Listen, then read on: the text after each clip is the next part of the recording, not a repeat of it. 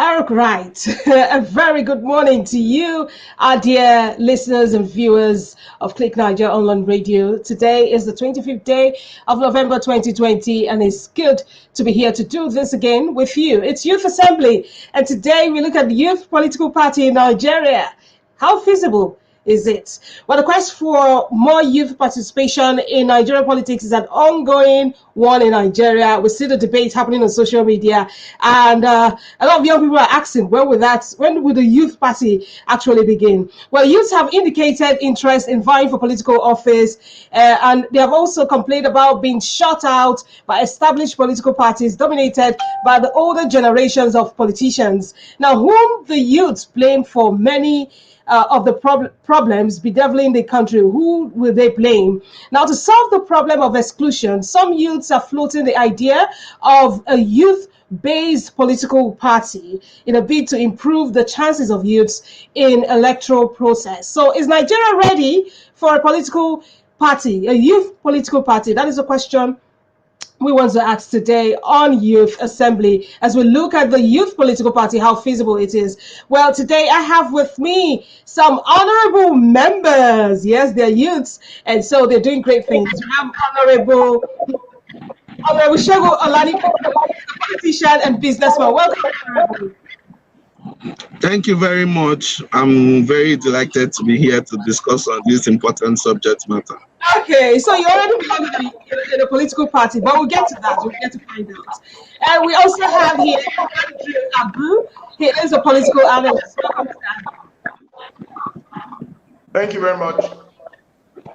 And the lady, just like me in the house, is Veronica Igube, who is a lawyer. Welcome, Veronica. Thank you very much for having me. Right, so is Nigeria ready for a youth political party? Now, Mr. Olanipo, let me hear from you. You've heard what I said, how Nigerian youths are not hitting their frustration at all with the Nigerian system. And they have insisted that the country needs vibrant and innovative youth in charge. Do you think the problem with Nigeria lies in the age of the leaders, or are there other factors responsible? Well, thank you once again. This subject matter is very important at the moment, considering everything that has happened in the last couple of months in the country. The agitations that happened in the last couple of months, created a kind of reawakening among the youth folks in making them to see that, okay, for us to actually get the change that they want, they have to participate in politics.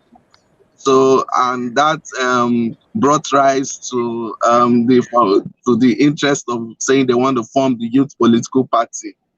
But I'm of a different school of thought. Political parties to me are like vehicles to attain political leadership. Various political parties have been formed over the last couple of years and cycles of elections. In fact, we have more than 60 political parties. And at the end of the day, you ask yourself, after the general elections, you realize that only 2 political parties are, very well recognized and have the political spread around the nation. And you realize that only these 2 political parties end up having candidates in different political offices. Now, the problem is not about forming a political party. The problem is, what are you forming these political parties for? What do you want to achieve? The individuals are the ones that make up the political party. So these are young people who want a change, who want to be in charge. So, and they are clamoring for a new political party. So, is that really achievable at this time? Well, it's achievable. Forming a political party, you need to just go to INEC. They check all the things that they request for the registration and all those things. You can form it, but What can you achieve with it? That's the fundamental question. What Can you achieve can you with achieve spread? Can you achieve popularity? You know, can you have field credible candidates? So those are some do you have the finances to bankroll an election? So these are some fundamental questions that we need to ask. Okay, let's hear from Veronica, the lawyer. The question he posed for every youth clamoring for change or a political party is, can you achieve the purpose for which a political party is settled? What do you have to say about this, Veronica? Okay. So we already have a youth party in Nigeria. We have the Young Progressive Party. Um, it's a great thing that Nigerians have, or will I say, the young people have realized that their votes count and their votes matter. And actively participating in politics is one of those things that would aid youth inclusion and allow youth voices to be heard. Of course, with all certainty, it's visible for youths to clamor for their own party. But just like the honorable said, what is very important and key is that we get people who are competent to be at the forefront of this, because you don't want to have people who are not accountable, people who are not transparent, and people who cannot deliver. So, like the honorable said, it's not about having a political party, it's about having a political party and what will be the mandates of this party. But as we can see from the movements that have been going on and the discourse, young people have proved that they are accountable. Young people have shown that they are transparent. So the clamoring for the political party means we have decided to let our voices be heard. We have decided not to keep quiet because the young population or the youth population is about 60% of the Nigerian population. So we have realized that our voices do matter and it's time that we take action. And young people would not allow people who are not accountable, people who would not come forth and make a change. So you have to also look at what will the mandates of this party be. There will be push for human development. You're looking for people who address the unemployment situation as well, facing a crisis now. It's projected that Nigeria is facing a recession. So you're going to look at a party who is going to have a mandate on how to address this, how to address the unemployment issue in Nigeria, which has worsened as a result of COVID-19. COVID-19 has shown us that our healthcare and the education system is in need of reform. And as a country, we're looking for people who are going to speak to this and people who are going to have a track record of leadership and accountability, of transparency, because the Nigerian youth have seen that our voter apathy has been the one that has caused youth to be at the back. But with this and with people raising their voices, then it means that young people would participate more actively, there will be inclusion, and we'll be able to have a result. And it's not really about governing for the youth, because whether we have a youth party, we're having leaders that would lead for all, and that is what is very key and is very fundamental. So whether they are young people who are going to be in the party and they're going to push, they should always remember at the back of their mind that they are leading for all and not just the youth. Okay, thank you so much, Veronica. Youths say they have been shut out of the political system, while some argue that the problem of Nigerian youths is not exclusion, that the Nigerian youths want power given to them on a silver platter without working for it. What's your perspective on this, Mr. Abu Andrew, as a political analyst? Mr. Andrew. Yeah, thank you for having me. Now, the first two speakers spoke, my mind on a lot of things. Them. Now,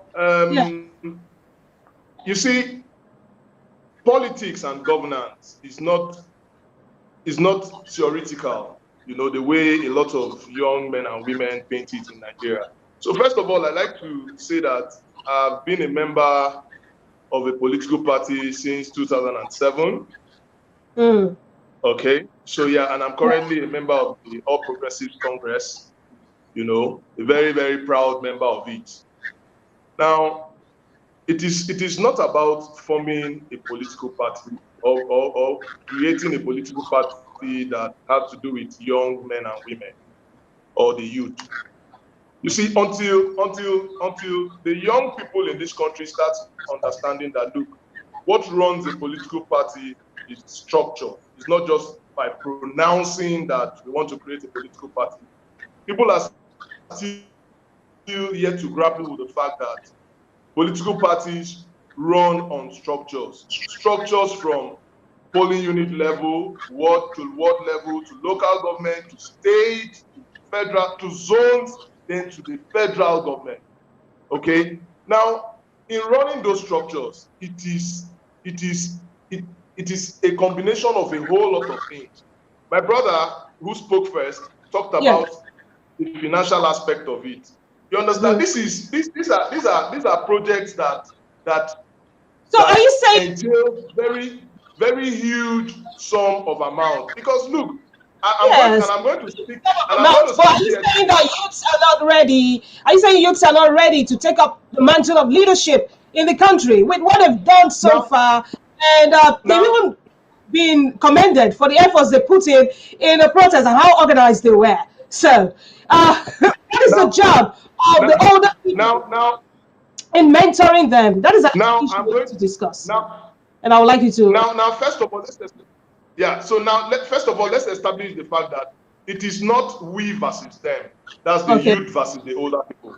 Okay? So let's get it clear. So most times when we agitate for this youth taking over governance and running government, if there's a way we sound that looks like the old people, we are done with them, let them go. No. Now I'm going to speak from a very plays a role. So I'm going to speak from a very realistic point of view when it comes to politics and political system in our country as it affects us. Now, like the first speaker said, we have close to 96 or about 90 something parties in the country. You know, Accord Party, for instance, is a party that has a lot of young people in it. You know, now let me just bring it down to the two major political parties, which is the APC and the PDP. In every political party, there's a youth wing of the political party. So in the APC, there's a youth wing and there's also a women wing of the political party. Okay, so political parties in Nigeria, they recognize the fact that this demography of people are very, very important and must be taken care of. Okay, so for instance, I'm in the All Progressives Congress. Anything that has to do with young men and women in the party, we are always involved and we run it the way it suits and the way it suits us as young people and the way it protects young people. Okay, so now, whether we like it or not, the reality on ground is the two political parties that can run and win elections successfully nationwide is APC and PDP. And it is whether we like it or not, it's as if I'm imposing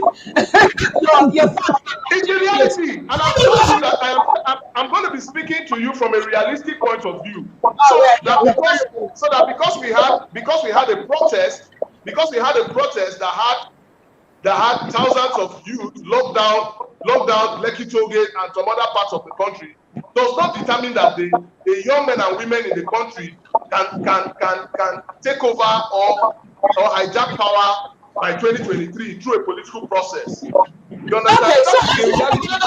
Another young person in a political party, Honorable, take it from here. He has said a lot and he's so passionate about it. What do you think about what he has said? What's your perspective on it? Yes, you know, when we discuss these issues, many of our colleagues that are youth, they don't want to understand the fundamentals that has happened or that will happen in a political process.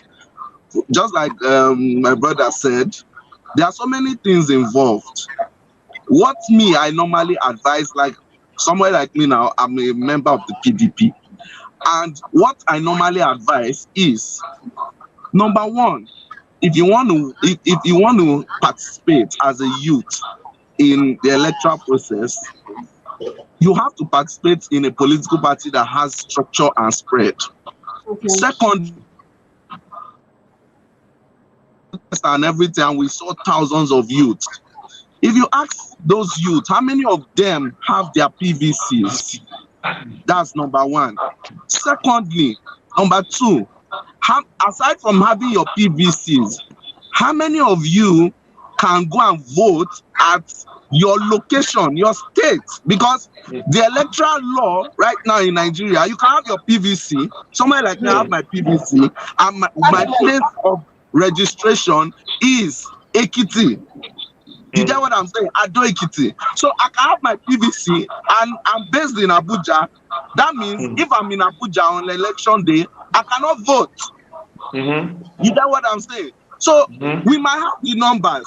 Then thirdly, the people that do really come out to vote on election day, notwithstanding the heat, notwithstanding the pain, notwithstanding the line they will line up, they are the grassroots.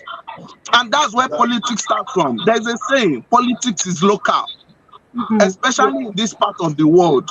You don't just wish it to happen. You make it to happen.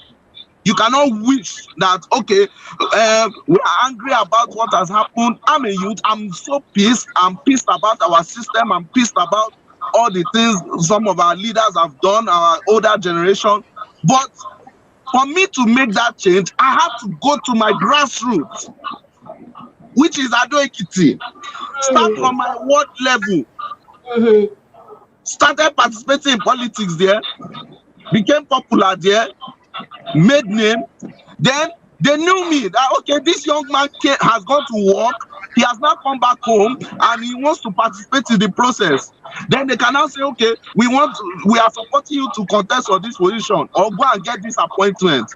That's where politics start from. So when we youths are ready, what I will advise us to do, if many of us have influx into, we say we don't like APC, we don't like PDP, we want to change. If we come out en masse and join these political parties and we have majority voice in these political parties that have these structures nationwide, we can make that change happen even before 2023. But so what I can deduce from what you're saying, Honorable, is that we already have structured political parties on ground, and so no need for political party. Yes, and if you don't like the APC or PDP, you can join YPP. It's a youth protest party. So it's a youth party. Yes, but the major political parties have been criticized for lack of internal party democracy. I mean, many youths believe is partly responsible for youths being shut out. But if you look at the other parties, like the YPP you also mentioned, are not any different also from the major ones. So what do you think youths who want to form political parties at this time, I'm asking the lawyer now, should put in place, in case they go ahead to form the parties, should put in place to ensure that they don't go the way of major political parties? Veronica.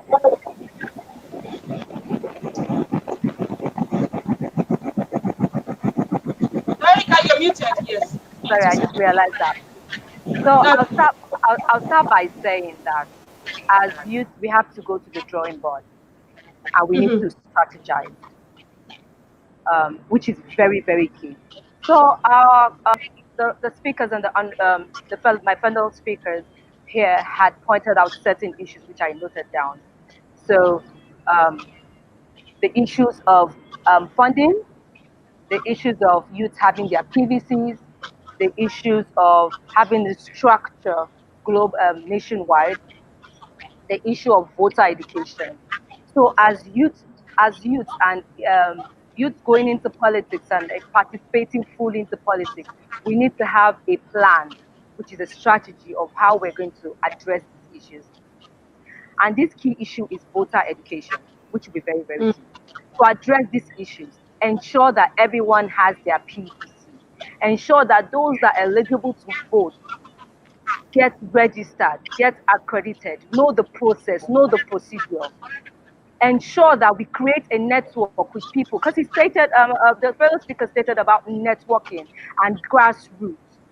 We have time now to start ahead of 2023, to start ensuring that we connect and network with the grassroots. And technology is one of those things that has shown us that can bridge that gap with reaching the grassroots. So we have to strategize on ways that we can reach the grassroots. And the roots are everywhere. We have youth you have youth in every community. What we need to do is leverage on our network, leverage on technology, strategize. How are we going to educate people, young people who are eligible to vote, that they can vote?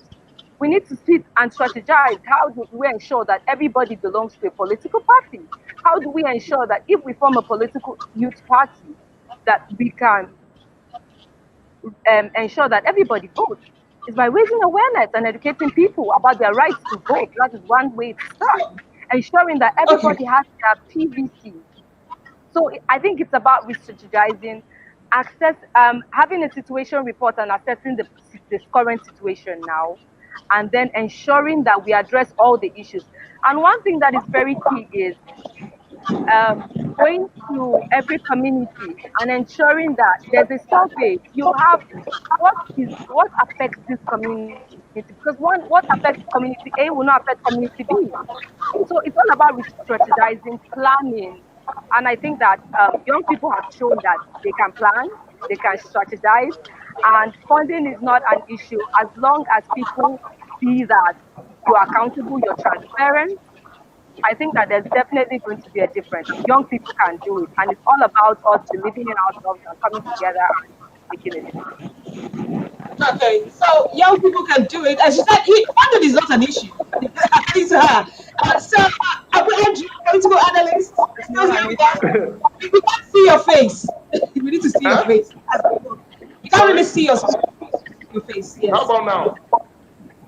Well, okay, since we can hear you. So go ahead and tell us how you think that the youth can overcome the challenges. I mean, you guys pointed out earlier that youth have issues with funding. Who funds the political party, the structure and the funding? So how do you think the youth can overcome these challenges to form a viable political party? Okay. So let's do this, right? As it stands today, how many young men and women understand the internal politics in political parties? See, and what I'm talking about is by 2023, we will still be grappling with a lot of young men and women, even understanding what the politics is even about. Okay, and these are reality. Me, I'm a realist. And I have gone through these processes over the years, and I even that I have participated because I have served as a chairman of a primary elections committee in a state where I conducted primary elections for senators, House of Rep members, and state assembly members. I have served in the Presidential Campaign Council in 2015 and 2019. Okay. Now, I am still learning the ropes on how political intricacies are in this major political party. Now, let's talk about funding. The APC, as it stands today, has 20 governors. The PDP has the rest governors less one. I don't know what the numbers are now. Now, these governors are the ones that fund political parties activities. Okay, we're not talking GoFundMe kind of funds. We're talking about Nigeria. We're moving forward. Can you just allow me to make my point without losing the trail? Okay. We're not talking about GoFundMe fund. We're not talking about 100 and something million that was donated at Lekki Tollgate. Okay, we're talking billions that runs into even trillions, because that voter in the village is waiting for you to come and give her or him 5,000 or 10,000 naira to cast his or her vote for you.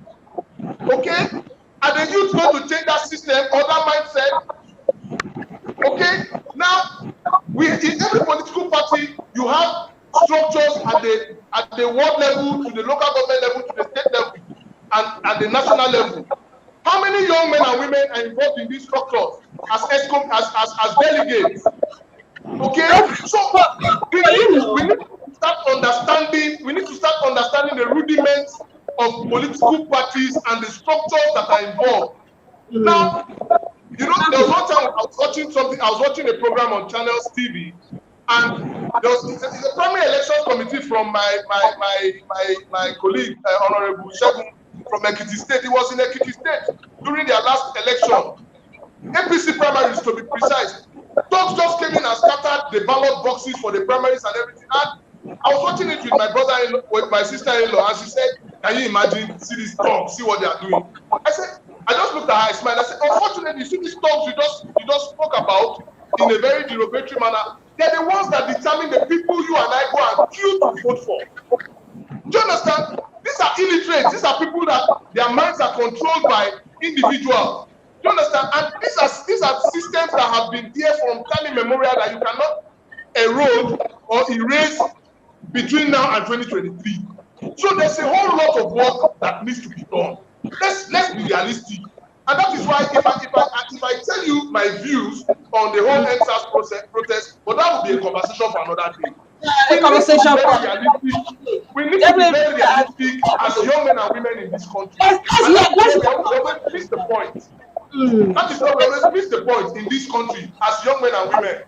Not special account. We're looking for solutions right now. We're looking for solutions right now, and I believe that we can fix that. But some Nigerians argue that Nigerian youths, like Mr. Shogo argued earlier, don't need political parties to have this in governance, but join the older political parties on ground already that have structure and funding to make their voices count. Look at the US election.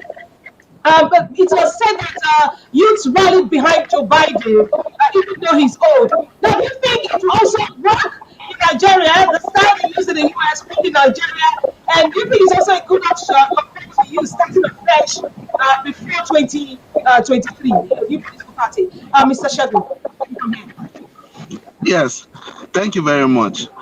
The truth is that the youths have the numbers.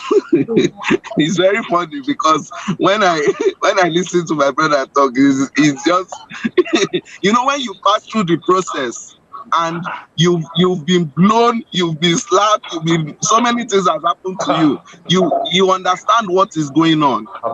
Let me tell you, the youth, no doubt, we have the number, but have we sat down to think of how best to utilize these numbers we have? What strategy? Yes, how best do we utilize these numbers? Because number one, like I said earlier, it's not just about saying, okay, now we want change. See, there are some people that don't even know what the meaning of social media. They are in the village. They've not even heard about social media before. All these answers, everything that happened, there are some people that didn't even know in this same Nigeria that we are, that something like that happened. And those are the people that are going to vote. Do you understand me? Those are the people that are going to vote in 2023. And they have the numbers. They have the numbers. They are rooted in the grassroots. They are there. They are with their PVC. In fact, most of them, the most important document they have in their life is that their PVC. Because they know that when they go and dance in front of one honorable that with their PVC like this, the guy would drop and so many things will be happening in their life. So the truth of the matter is that as youths, what can we do? Number one, don't just castigate and say, PDP is corrupt, APC is corrupt, all the other parties are corrupt. Definitely, they have their problems. In fact, I've been a recipient of a major damage in the political process. But the truth is this: when we rally our numbers together and you really want this political process to change, you enroll in any of these parties that have this widespread. Understand the political process. Politics is local. Number one, we have to clamor for this electoral reform. That's the most fundamental thing. That's what we should fight for. We should hold this our senators. We should hold the president accountable. We should sign that electoral law that can make you vote wherever you are, and electronic voting can come into place. That's number one thing we have to do if we want to win this battle, so that a youth that is in Lekki can vote for his honorable that is coming out from Abia State, from Lekki. You understand? Through electronic voting, me in the case that his own PVC will show that his state of origin is Abia State, and he can vote for people that are contesting from Abia State. You don't need to be traveling up and down. You see the technical knockout that happened during the 2019 general election, whereby when on the election day, on the eve of the election day, they postponed the election for another 1 week. Bearing in mind that people have taken leave to vote, to travel to their villages to go and vote. Yes. And the leave they took is for them to come back on Sunday morning and to resume work on Monday. Do you know that my brother is laughing? Do you know that was a technical knockout for about 15% of people that were enthusiastic to go and vote, that traveled to go and vote? They couldn't vote in that election. They had to travel back to their base, and thereby their vote was null and void. They couldn't vote because you have to vote in your locality. So these are some of the challenges. We have to make sure that this electoral reform is signed by the president. It has been on his table for over more than 6 months. By now, what I expect the National Assembly to do is to veto it. They should veto it, and once something is on his table for more than 6 months and he doesn't want to sign or not to sign, they have the power to recall it back to the Senate and veto him. So once we can get that right, electronic voting can be a process. He's laughing because I bust their bubble. Electronic voting can be among the process, and things can be done in the right way. Anybody can vote. We can then, if there is electoral fraud, the issue of the server in the 2019 election, that was also another technical knockout, because it was a situation whereby the electoral law does not recognize what server is. Yeah. You understand? But okay, you said a lot. Once that is imbibed in the electoral law, yes, we can go and confirm. We can say that there is an INEC server somewhere that collected this vote electronically, and they can recount it there, just the way they are recounting the US election, and it can show the true winner. Okay. But we have electoral law has already given us 50% technical knockouts. So for you to really participate, that's what we should clamor for first. Okay, so Veronica, how do you think that this electoral law or reform will play a part from a law's perspective now in making the youth voices count as regards politics in Nigeria? Just like Honorable Sheldon said, this would ensure that more people can vote electronically, and which is very important and key, because some of the issues around voting are that, and then it will also help the elections to be transparent. It will also help for people to see that the elections will be accountable. People can see the scores. It can be shown. But the most important thing is that people will be able to vote electronically, and that would smoothen the electronic process. It will eradicate fraud, election fraud. In cases of snatching of ballot box, it will ease the collation of results. Yes. So with this, it would ensure that more people are confident in the electoral process. This will ensure that you have more people voting, because one of the things that pushes people out from voting is saying, you know what, my vote isn't going to count today. Am I really sure that when you vote, is it going to count? They're going to snatch ballot boxes, and then, but with the electronic process, it's going to be it's going to go smooth. You can see the numbers. As it's rising, you can see the vote. There's going to be ease of collation. There's not going to be an issue of, oh, they moved the ballot box here or they moved it here. And then, like Senator Shago said, it will enable people vote from wherever they are voting for. It will, so more people would actually vote, which is very, very key. Okay.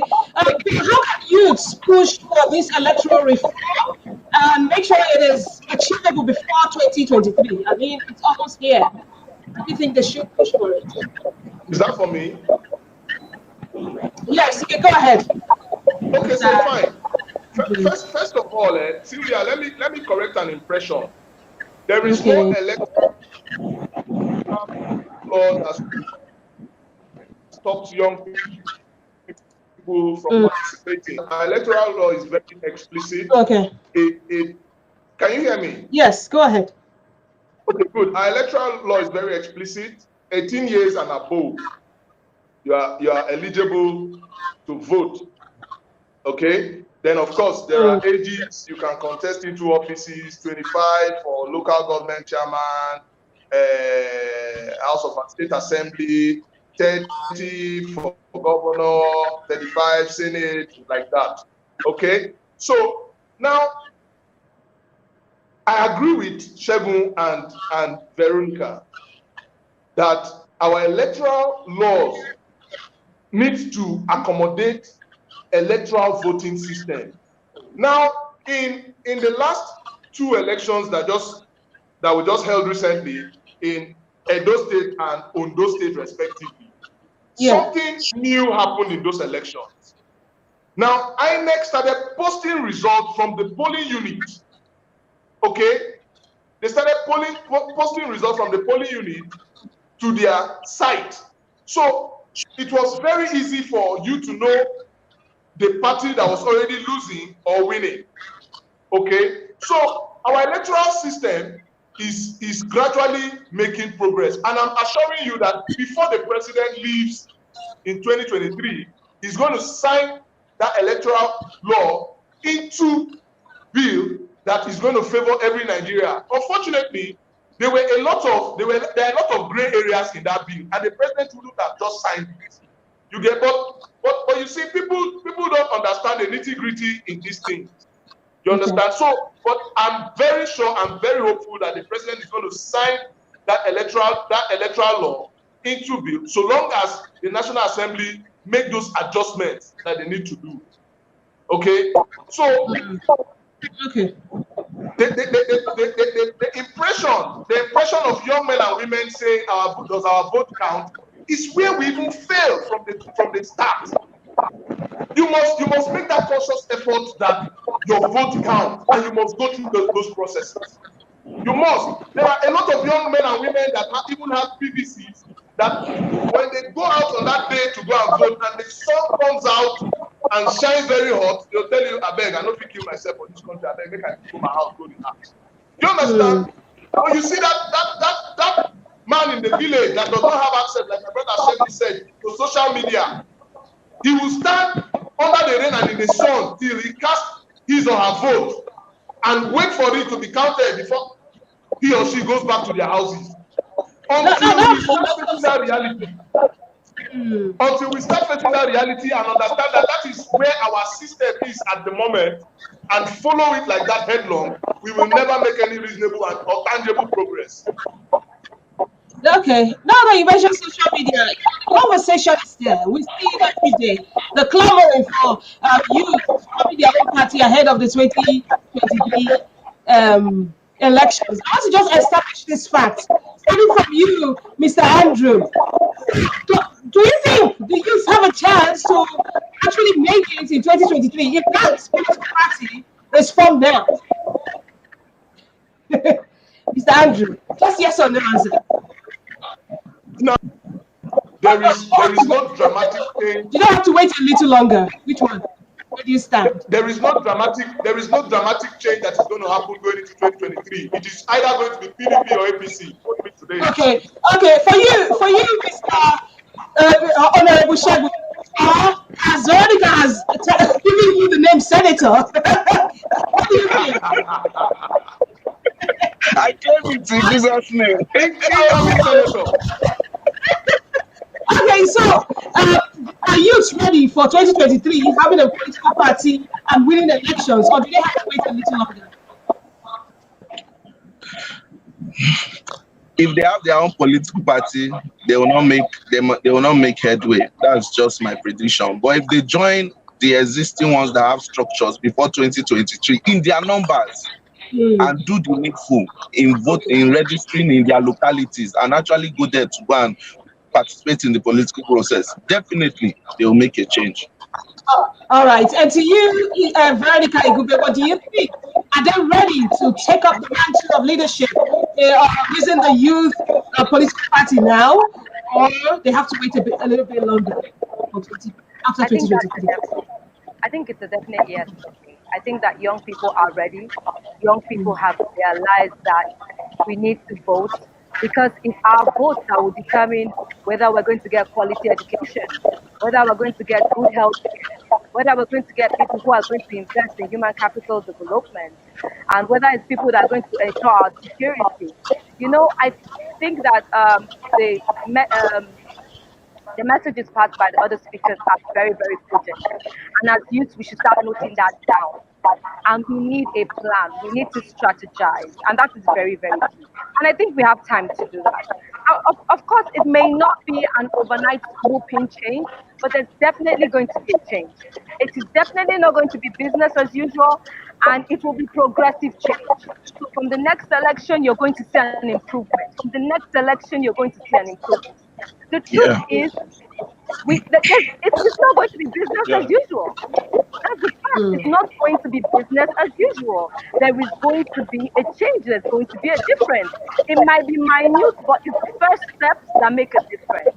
If you're going to a joint, it's a little drops that make up an ocean. So we can't say that you eradicate the whole process because we feel we're not going to make it. But we are going to make a change, and then we'll learn from our mistakes.